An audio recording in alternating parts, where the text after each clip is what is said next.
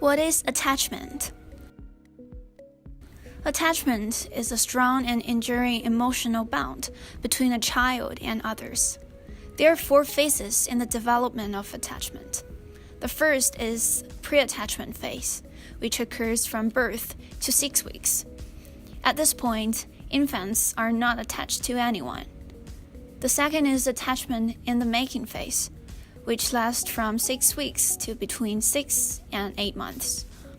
Babies start smiling and crying to focus on specific people. Next is the clear-cut attachment phase, from between 6 and 8 months to 2 years. In this phase, the baby will stay near a particular person. The last one is reciprocal relationship phase. From the age 2 and on, the child can adjust their behaviors according to the parent's need, and a relationship is built. There are 2 types of attachment: secure attachment and insecure attachment. Secure attachment is a child who is securely attached. They show emotions when left alone by their caregiver, but they have control and can hold themselves together until they return. Secure attachment affects around 70% of middle-class infants. These are generally happy babies who understand that their caregivers will protect them. They understand that their caregiver won't abandon them. For insecure attachment, there are 3 types we will be discussing.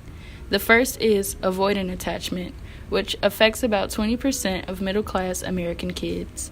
Infants described as avoidantly attached tend to show less visible anxiety in their mother's absence and explore more than most kids, even when they're alone with the mother.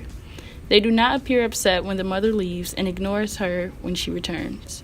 On the other hand, some babies become preoccupied while playing and are unconcerned with whether the mom is there to notice her return. Most infants are cautious around strangers and may become agitated, but babies with avoidant attachment styles tend to react less to strangers, sometimes completely blocking them out by ignoring them. The second type is resistant attachment, which is also known as anxious attachment. This affects around 10% of middle-class American children. Unlike avoidant infants, resistant babies are more likely to show their distress. They are less likely to explore than other types, even in the presence of their mother. Resistant babies are more uncomfortable around strangers when their mom is and isn't present.